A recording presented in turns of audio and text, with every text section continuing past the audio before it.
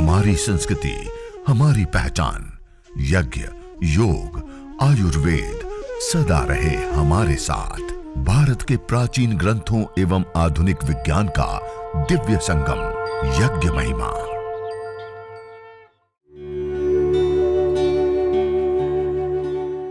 भारतीय संस्कृति में यज्ञ, योग एवं आयुर्वेद जैसी अमूल्य विद्याएं हैं, जिसका मूल है वेद। इतिहास की ओर दृष्टि डालें तो भगवान राम, भगवान कृष्ण से लेकर राजा महाराजाओं, ग्रामवासियों व अरण्यवासी ऋषियों की कुटियों तक नित्य व नैमित्तिक यज्ञों का प्रचलन देखने को मिलता है। जो रोग निवारक सामर्थ्य है उसको उभारा जाता है और उसका प्रयोग लेकर के विशेष रूप से स्वास्थ्य लाभ लिया है। स्वास्थ्य लाभ ही नहीं, इससे अतिरिक्त अन्य सेक्टरों में भी आप ईंधन के रूप में भी देखें। इस धरती पर जितने भी प्रकार के दहनशील पदार्थ हमारे पास है, उसमें सबसे ज्यादा दहनशील, तेजी से आग पकड़ने वाली कोई गैस होती है तो हाइड्रोजन गैस होती है।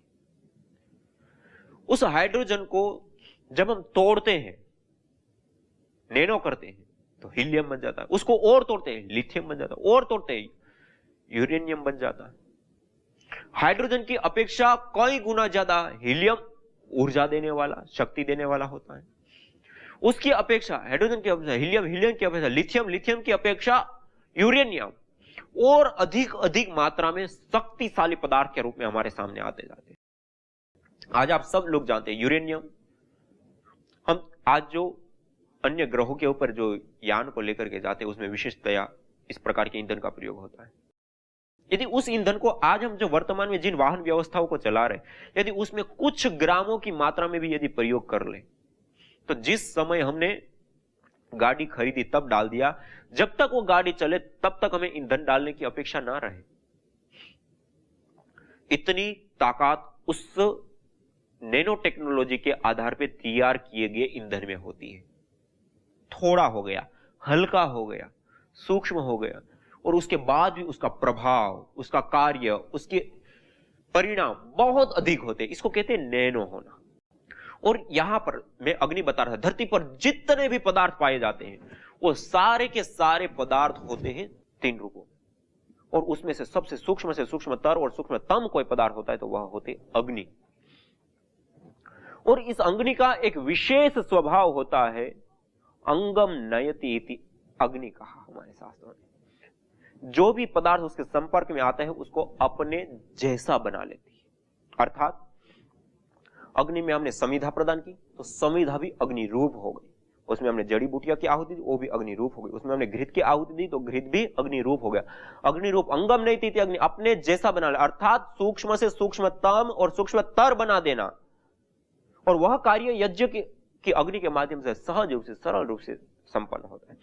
यह ठोस रूप में हमें पहले जड़ी बूटियां सामग्री अब दिख रही है, हमें ठोस रूप में हमें ये दिखाई दे रही है, लेकिन जब हम इसकी आहुति प्रदान कर देंगे अग्नि में, उसके बाद यह इतनी सूक्ष्म हो जाएगी, इतनी अणु परमाणु के रूप में कन्वर्ट हो जाएगी कि उसके बाद हमें वो दिखाई नहीं देगी।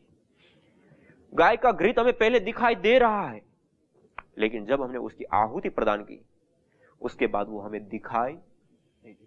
अर्थात वो इतना सूक्ष्म हो चुका है कि हम अपनी चर्म चक्षुओं से उसको देख नहीं सकते। नैनो पार्टिकल के रूप में, अणु परमाणु के रूप में वह कन्वर्ट हो गया, रूपांतरित हो गया।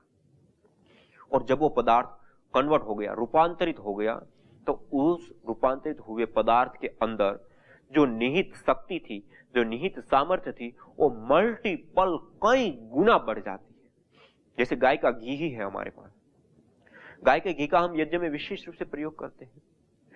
1 ग्राम मात्र गाय का घी, कितना 1 ग्राम मात्र यदि गाय के घी की हम आहुति यज्ञाग्नि में प्रदान करते हैं तो वह अग्नि उसको 1864 गुना गैस फॉर्म में कन्वर्ट कर देती है ना। 1864 गुना गैस फॉर्म में उसको कन्वर्ट कर देती है। मानी 1 ग्राम घी से हमें 1 लीटर 864 ml गैस हमें प्राप्त हुई। आप विचार कीजिए, हम जिस रूम स्प्रे का आज प्रयोग करते हैं, यदि हमारे पास 300 ml का रूम स्प्रे हो और उस छोटा सा हमारे पास कमरा हो, उसके अंदर हम उस रूम स्प्रे का छिड़काव करें तो हमें वह साल भर चल जाता है, अर्थात साल भर हम उस कमरे को सुगंधित, अर्थात 365 कमरा 300 ml गैस ने हमें सुगंधित करके दे दिया। कितनी गैस थी? 300 ml। और हम 1 ग्राम घी जलाते हैं, केवल मात्र 1 ग्राम घी को जलाने से 1 लीटर 864 ml और 300 ml से 365 कमरे सुगंधित कर सकते हैं। तो 1 लीटर 864 ml गैस से हम कितने कमरे सुगंधित कर सकते हैं? 1 ग्राम घी का प्रभाव। और हम जब प्रतिदिन यज्ञ करते तो 25 ग्राम, 50 ग्राम, 100 ग्राम जो भी हम घी का प्रयोग, तो आप विचार कीजिए उतने ग्राम घी से मल्टीपल कितना गुना वो गैस बनी।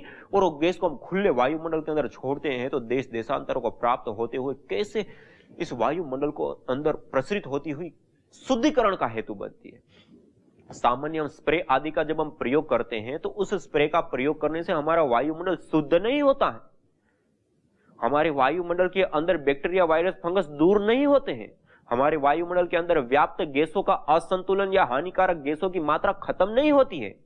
जबकि इस घी को हम जलाते हैं और उसके माध्यम से जब गैसें बनती हैं, वह गैसें जब वायुमंडल के अंदर जाती हैं तो उस वायुमंडल के अंदर अलग अलग गैसों की जो मात्रा है उसको भी संतुलित करने का कार्य करती है। बैक्टीरिया, वायरस, फंगस जन्य जो प्रदूषण है उसको नष्ट करने का कार्य करती है, वायु का शोधन करने का, और यहां तक कि वायु के अंदर जीवनीय शक्ति का संचार करने का कार्य भी इस घृत के माध्यम से भली प्रकार से सिद्ध होता है। यह 1 ग्राम घी डालने से 1 लीटर 864 ml गैस का प्रभाव।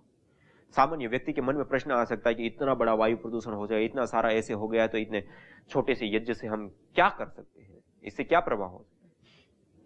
जिस जीवन को आप जी रहे हैं या हम जिस जीवन को जी रहे हैं उस जीवन में कभी मान लो हमारा शरीर बीमार हो गया, कितना 60-70 किलो 80 किलो का जो हमारा शरीर है ये व्याधि से ग्रस्त हो जाता है, बीमार हो जाता है, तो हम दवाई कितनी मात्रा में लेते हैं? कुछ मिलीग्राम में। मिलीग्राम की वटी को हम जब खाते हैं, लेते हैं, तब भी हमारा इतना बड़ा शरीर कई किलो का है वह भी ठीक हो जाता है। ऐसे ही इस वायुमंडल को अंदर जब हम 1 ग्राम, 2 ग्राम, 5 ग्राम थोड़ी सी मात्रा में जब घृत की हम आहुति प्रदान करते हैं, वह थोड़ी सी मात्रा में घृत की आहुति भी इतना असर करती है कि उस वायुमंडल का भी बड़ी व्यापक रूप से और बड़े रूप में शोधन करने का कार्य भली प्रकार से सिद्ध करती है। आयुर्वेद में भी इन घृत को विशेष रूप से सर्पी कहा गया है। सर्पी अर्थात घृत। सामान्य रूप से आप सब लोग जानते हैं सांप क्या कार्य करता है, तो सामान्य व्यक्ति सीधा कहेगा डसता है। सांप डसने के लिए पैदा नहीं हुआ है, ना हमें डसता है सामान्य रूप से, लेकिन वह सांप हमें जीवन देता है। क्यों?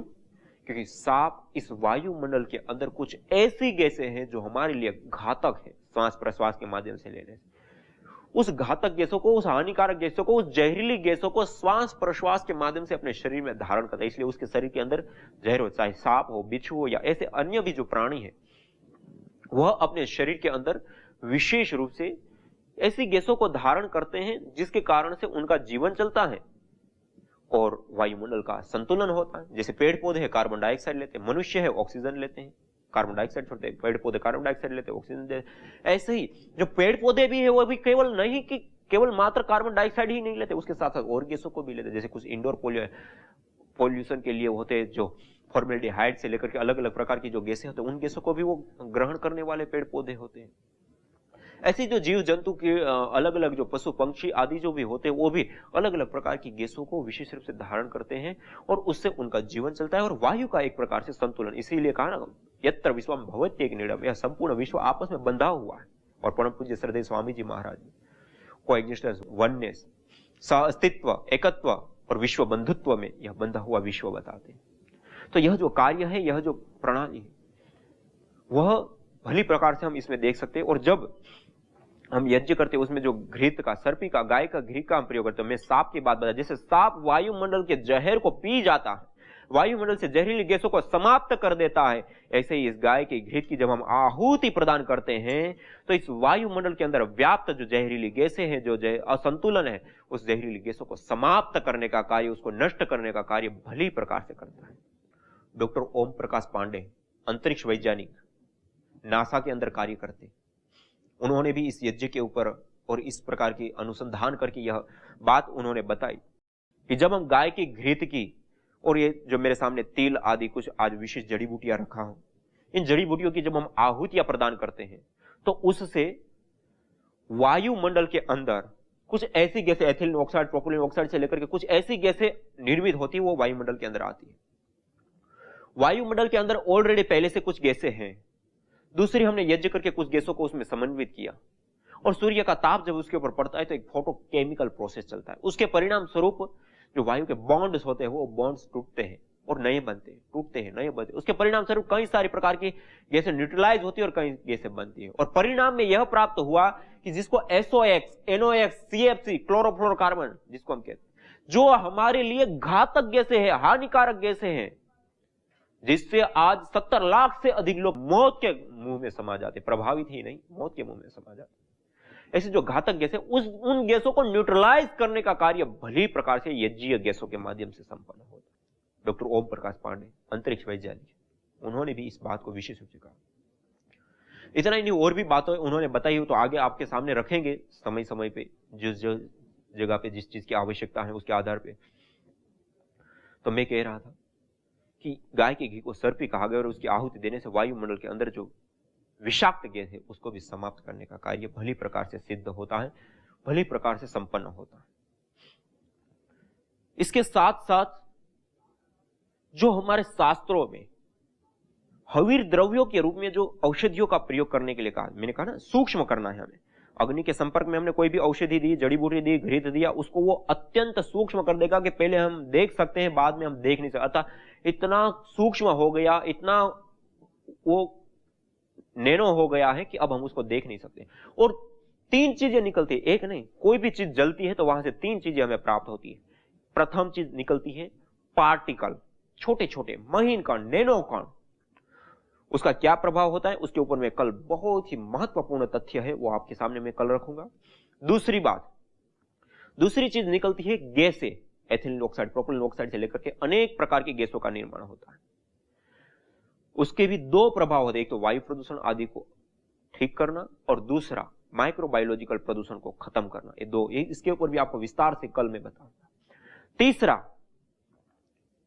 कोई भी पदार्थ जब टूटता है, उसका विखंडन होता है, तो वहां से ऊर्जाओं का, सूक्ष्म ऊर्जाओं का निर्माण होता है। और उस सूक्ष्म ऊर्जाओं के ऊपर भी बहुत सारी रिसर्च हुई है और उसके बहुत सारे प्रत्यक्ष प्रमाण भी हमने देखे, वो भी कल आपको इन 3 बिंदुओं के ऊपर मैं विशेष रूप से बताऊंगा। तो मैं अभी आपको बता रहा, कोई भी चीज हम जलाते हैं तो उसे 3 चीजें हमें प्राप्त होती है। जब उस चीज को हम जलाते हैं तो पहले हमें दिखाई देती थी, अब हमें दिखाई नहीं दे रही, अर्थात सूक्ष्म से सूक्ष्मतर और सूक्ष्मतम हो गई। अणु परमाणु के रूप में, गैस फॉर्म में, ऊर्जा के रूप में वो कन्वर्ट हो गई, रूपांतरित हो गई। और वह जब रूपांतरित हुई तो उसके अंदर निहित जो शक्ति है, उसके अंदर निहित जो सामर्थ्य है, रोग निवारक शक्ति या सामर्थ्य या अन्य जो शक्ति सामर्थ्य, वो मल्टीपल कई गुना बढ़ जाती है, कई गुना। इसलिए हमारे शास्त्रों में विशेष रूप से आवश्यकता के अनुसार या कार्य की सिद्धि कौन सी चाहिए उसके आधार पर हवीर द्रव्यों की चयन के लिए विशेष रूप से बताया।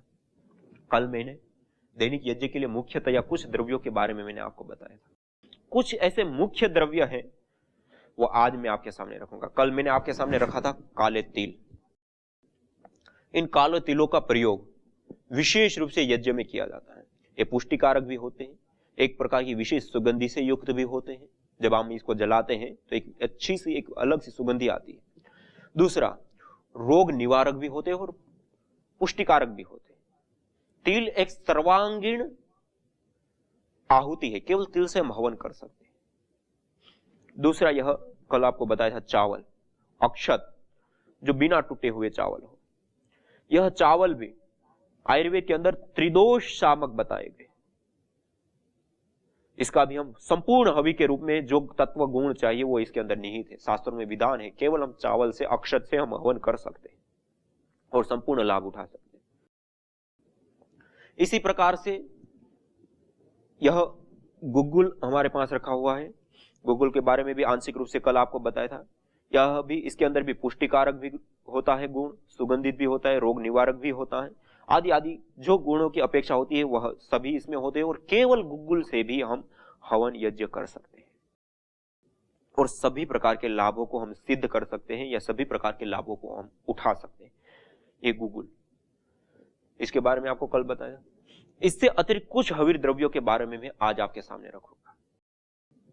मुख्यतया रोग निवारक द्रव्यों के रूप में विशेष एक द्रव्य का प्रयोग होता है, वह आज मेरे सामने है।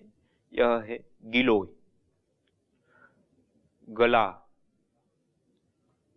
अमृता, अलग अलग नामों से अलग अलग भाषाओं में अलग अलग स्थानों पे इसको बोला जाता है।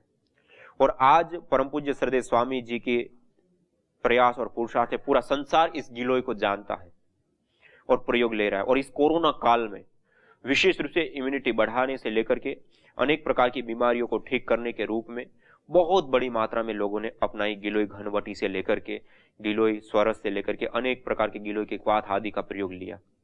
तो यह जो गिलोय है वह गिलोय विशेष रूप से रोग निवारक द्रव्य के रूप में बहुत उत्तम होती है इम्यूनिटी को बढ़ाने के लिए। और आज भारत सरकार ने भी इसको राष्ट्रीय औषधि के रूप में घोषित किया है।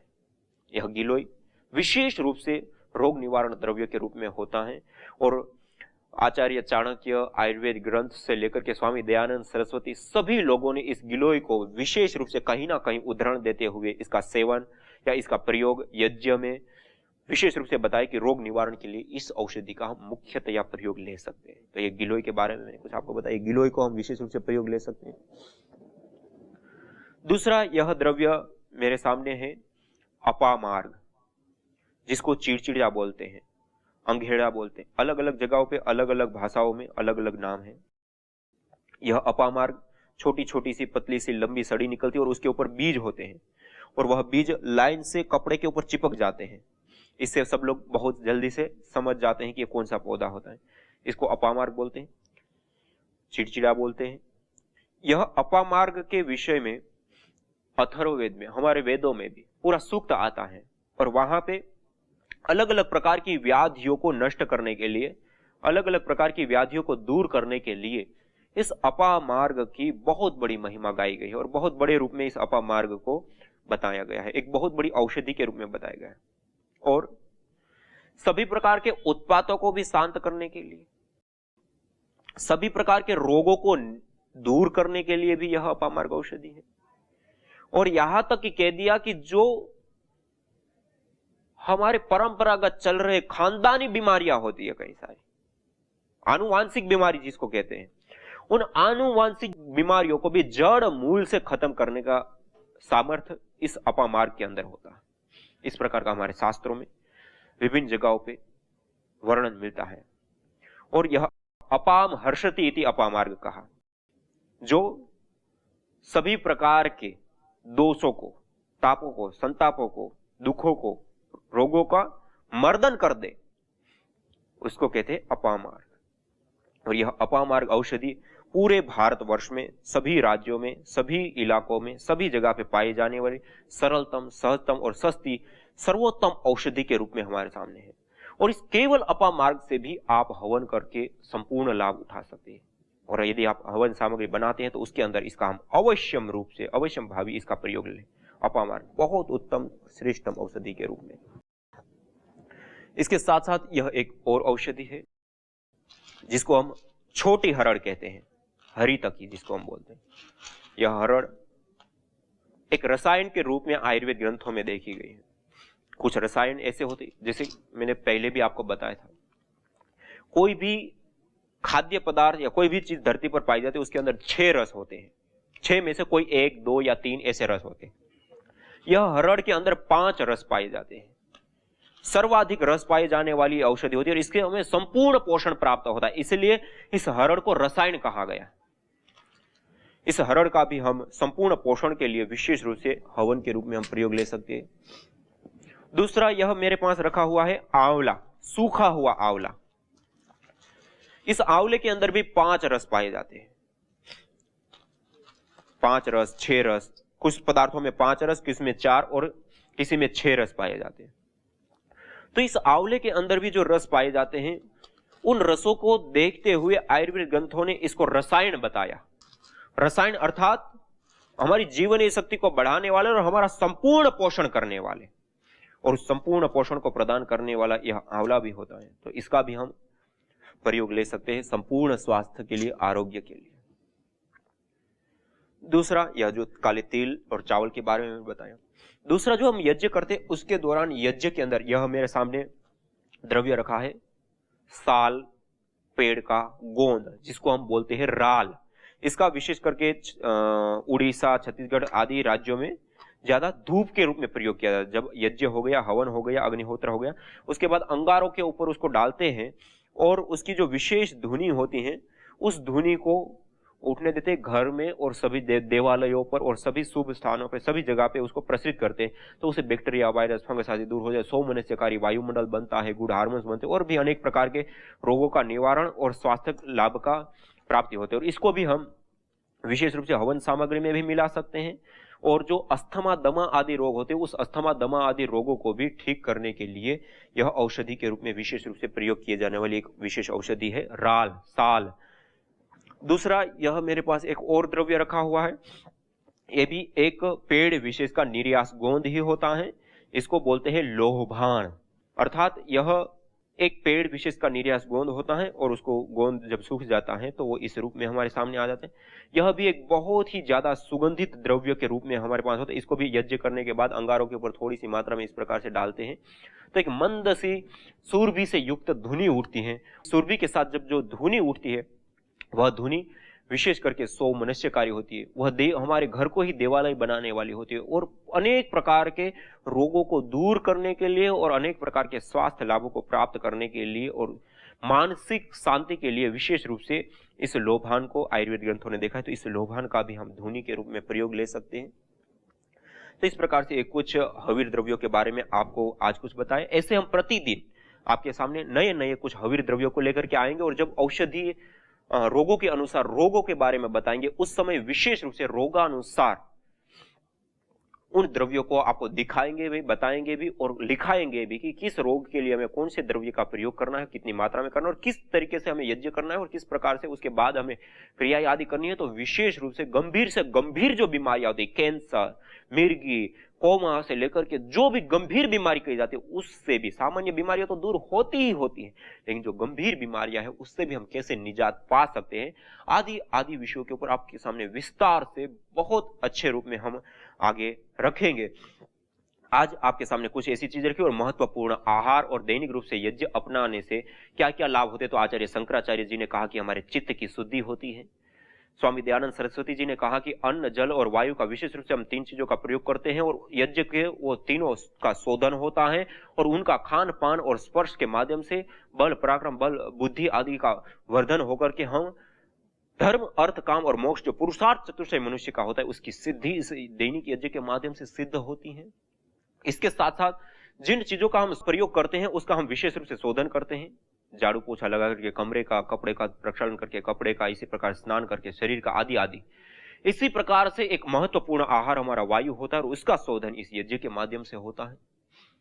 और इससे अतिरिक्त धरती पर जितने भी पदार्थ पाए जाते हैं, उन पदार्थों में सबसे सूक्ष्म से सूक्ष्मतर पदार्थ अग्नि होता है, और जो सूक्ष्म पदार्थ होता है उसके अंदर विशेष शक्ति होती है परिणाम देने वाली, और अंगम नयति अग्नि कहा। और उस अग्नि के, यज्ञाग्नि में जब हम इस विशेष गुणों से युक्त हवीर द्रव्यों की आहुति प्रदान करते हैं, तो वो मल्टीपल नैनो होकर के, सूक्ष्म होकर के, इतना सूक्ष्म कि हमें अपनी चर्म चक्षु से हम देख भी नहीं सकते, उतना सूक्ष्म हो जाता है, अणु परमाणु के रूप में कन्वर्ट हो जाता है, और उसके अंदर जो निहित शक्ति, सामर्थ्य, ऊर्जा है, उसको मल्टीपल कई गुना बढ़ा देता है। और उस वायु का श्वास, स्पर्श, खान पान आदि के रूप में प्रयोग होने से हमें विशेष रूप से स्वास्थ्य लाभ प्राप्त होता है, आदि आदि कुछ विषयों के सामने आज आपके सामने रखा। और कल हम विशेष रूप से जब हमने इसमें कोई भी द्रव्य की आहुति दी, तो उससे गैस, पार्टिकल और ऊर्जाएं निकलती है, और उसका क्या प्रभाव होता है, किस प्रकार से वो कार्य करता है, उसके प्रति क्या साइंटिफिक दृष्टि से, आदि आदि विषयों के ऊपर कल हम विशेष रूप से आप सबके साथ मिलकर के चर्चा करेंगे और जानने का हम प्रयास करेंगे।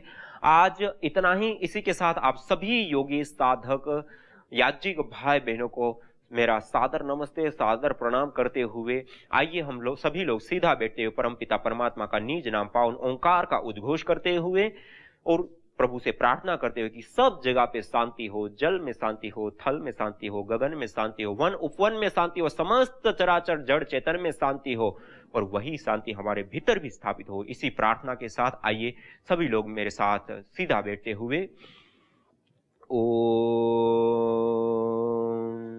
द्योः शान्ति अंतरिक्षं शान्ति पृथिवी शान्तिराप शान्ति औषधयः शान्तिः वनस्पतयः शान्तिर्विश्वे देवा शान्तिर्ब्रह्म शान्तिः सर्वगं शान्तिः शान्तिरेव शान्तिः सामा शान्तिरेधि। ओम शांति शांति शांति ही। आज पूरी दुनिया में केवल वायु प्रदूषण से प्रतिवर्ष 70 लाख से अधिक लोग मौत के मुंह में समा जाते हैं। प्रकृति के साथ मनुष्य के ऊपर भी अब खतरे की घंटी बज चुकी है। विकास की दौड़ में हम प्रकृति का जतन करना भूल गए हैं। मनुष्य अन्न के बिना 3 महीने, पानी के बिना 3 सप्ताह जीवित रह सकता है, परंतु हवा के बिना 2 मिनट भी नहीं। वही हवा जो जीवन देती है आज जानलेवा हो गई है, जिसका समाधान है यज्ञ एवं वृक्षारोपण। वेद का उद्घोष है, अयम यज्ञो भुवनस्य नाभिः। यज्ञ पंचभूतात्मक देह से लेकर ब्रह्मांड तक में स्वास्थ्य एवं संतुलन को कायम करता है। वैज्ञानिक शोध दर्शाते हैं कि यज्ञाग्नि में उत्तम गुणवत्ता युक्त घृत, जड़ी बूटियां एवं समिधा आदि की मंत्रोच्चारण पूर्वक आहुति देने पर वो द्रव्य अत्यंत सूक्ष्म व आरोग्य वर्धक होकर हमें स्वास्थ्य एवं दीर्घायुष्य प्रदान करता है। यज्ञ भारतीय संस्कृति का मूल है। तो आइए हम संकल्प लें, संसार के श्रेष्ठतम कर्म यज्ञ को अपनाएं। पिंड और ब्रह्मांड में संतुलन कायम करने वाले यज्ञ को अपने जीवन का अभिन्न अंग बनाएं एवं प्रकृति मां के प्रति अपने ऋणों को अदा करें। विश्व स्वास्थ्य का एक नारा, यज्ञ से होगा जग उजियारा। भारतीय संस्कृति की अमूल्य विरासत यज्ञ की महिमा को जानने हेतु वैदिक चैनल पर प्रतिदिन प्रातः एवं सायं 11:30 बजे यज्ञ महिमा कार्यक्रम से जुड़ें। विशेष जानकारी हेतु संपर्क करें। मोबाइल 9068565306।